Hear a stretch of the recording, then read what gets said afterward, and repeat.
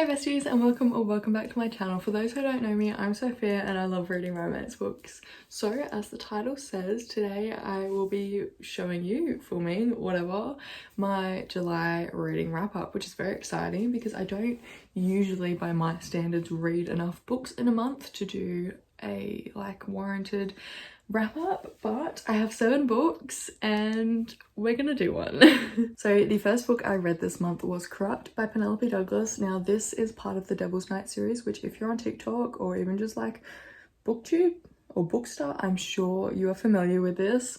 But Corrupt is told in a past and present point of view. Now the past takes place 3 years prior to the present and it happens on Devil's Night. Now Devil's Night takes place once a year and it is basically a night where the 4 boys, Michael, Kai, Damon and Will, get to wreak havoc on their town and they don't get any repercussions. However, this one is different because Rika, who is Michael's younger brother's ex-girlfriend, she has this massive crush on Michael. She has ever since she was a kid, and she gets the opportunity to tag along, and I'm not going to spoil it, but some things go wrong.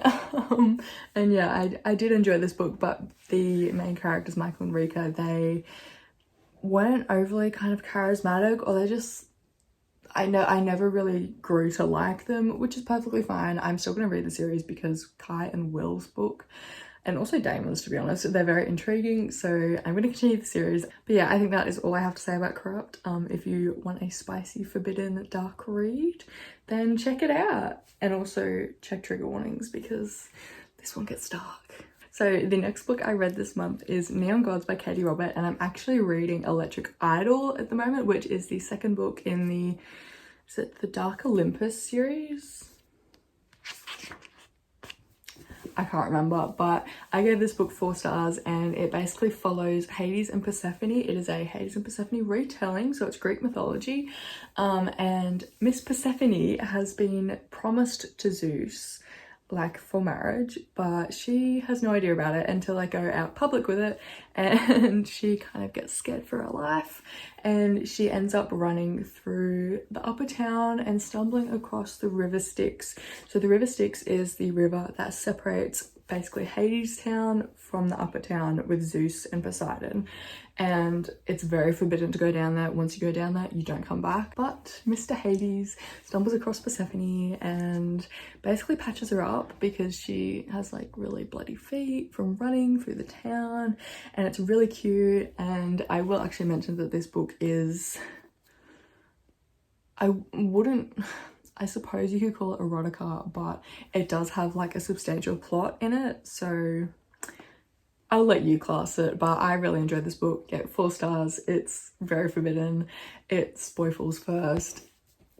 I loved it. The next book is actually my first 5-star of the month, and actually my only 5-star of the month. This is Broken Vow by Sophie Lark. I absolutely adored this book. It was so good. Broken Vow follows Raylan and Riona, and it's a bodyguard romance. So Riona has an attempt made on her life because she is the daughter of the Irish Mafia's leader, so she's obviously a very important person.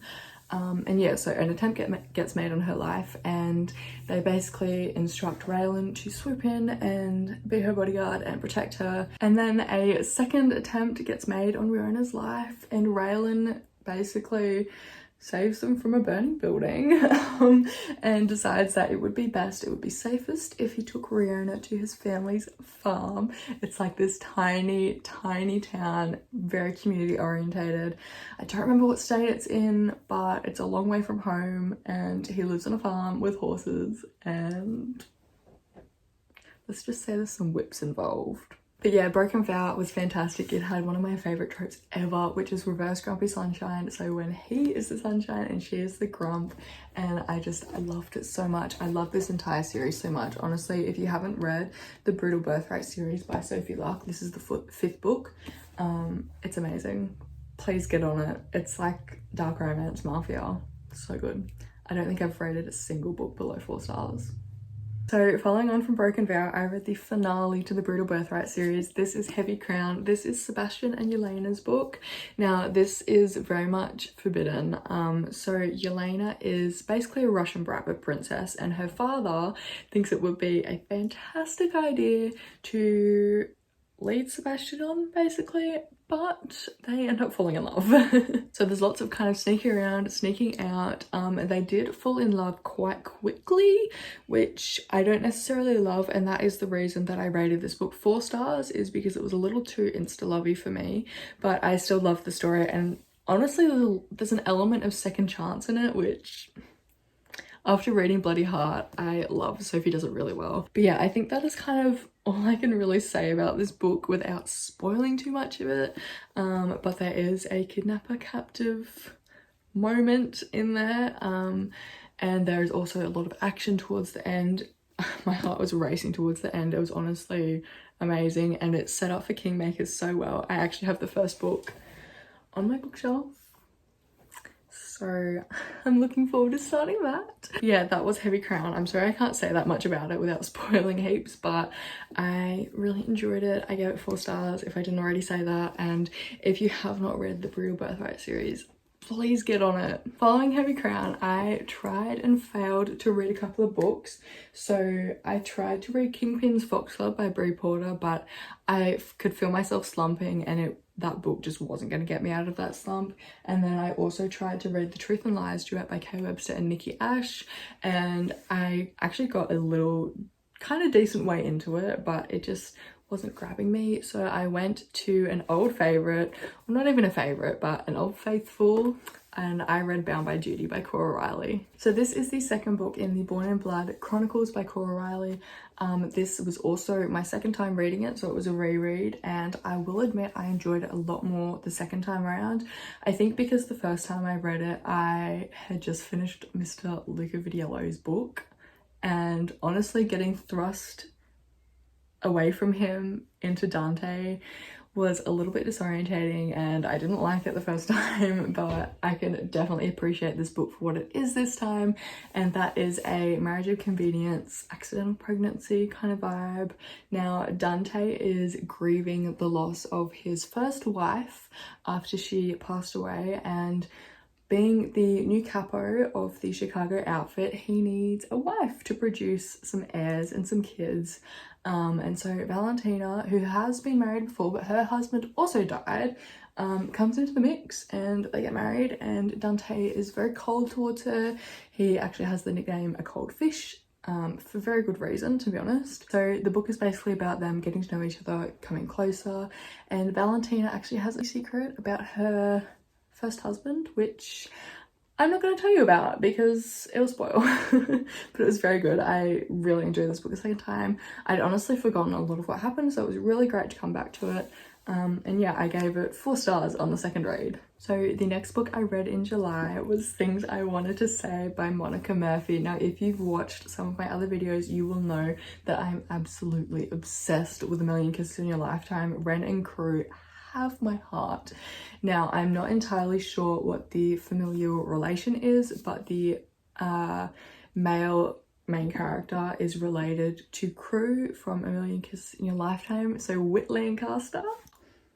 So Things I Wanted to Say But Never Did follows Mr. Whit Lancaster and Summer Savage. So this, I actually went into it unaware that it was a bully romance, so I was thoroughly surprised when that element came into play, but you know, we move, and it really made the kind of, oh my god, we're not enemies, why am I having all these feelings towards you, so much sweeter. So it is an enemies to lovers, it's bully romance. There's a lot of blackmail in there, there's some enemies with benefits in there. Now Whit and Summer actually have history together, so they met when they were 14 at this like fancy party, but Whit's father was actually having an affair with Summer's mother at the time, which kind of fucked them over for the rest of the book, but we're not going to talk about it. Now, the blackmail that takes place in this book happens because Miss Summer decides to keep a journal with all of her deepest, darkest secrets. She's been keeping this journal since she was like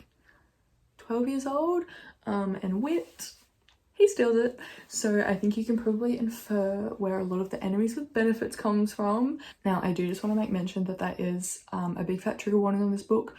So there is some non-consensual sex and there is also some dubious consent in this book.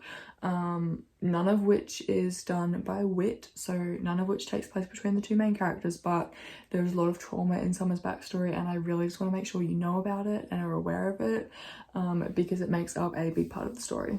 And after all of that, I can't remember if I told you what I rated the book. So for all of the elite boarding school vibes, for all of the enemies to lovers, for all of the angst, I gave it 4 stars. And for the final book I read this month, I read Flawless by Elsie Silver. Now, I bought this book on a whim. I had seen one quote posted by the author and I said, that sounds like my cup of tea. Now, Flawless follows Summer and Rhett, and Summer has basically been tasked with saving face for Rhett, who is a worldwide renowned bull rider who has made some quite silly PR mistakes and actually punched a paparazzi.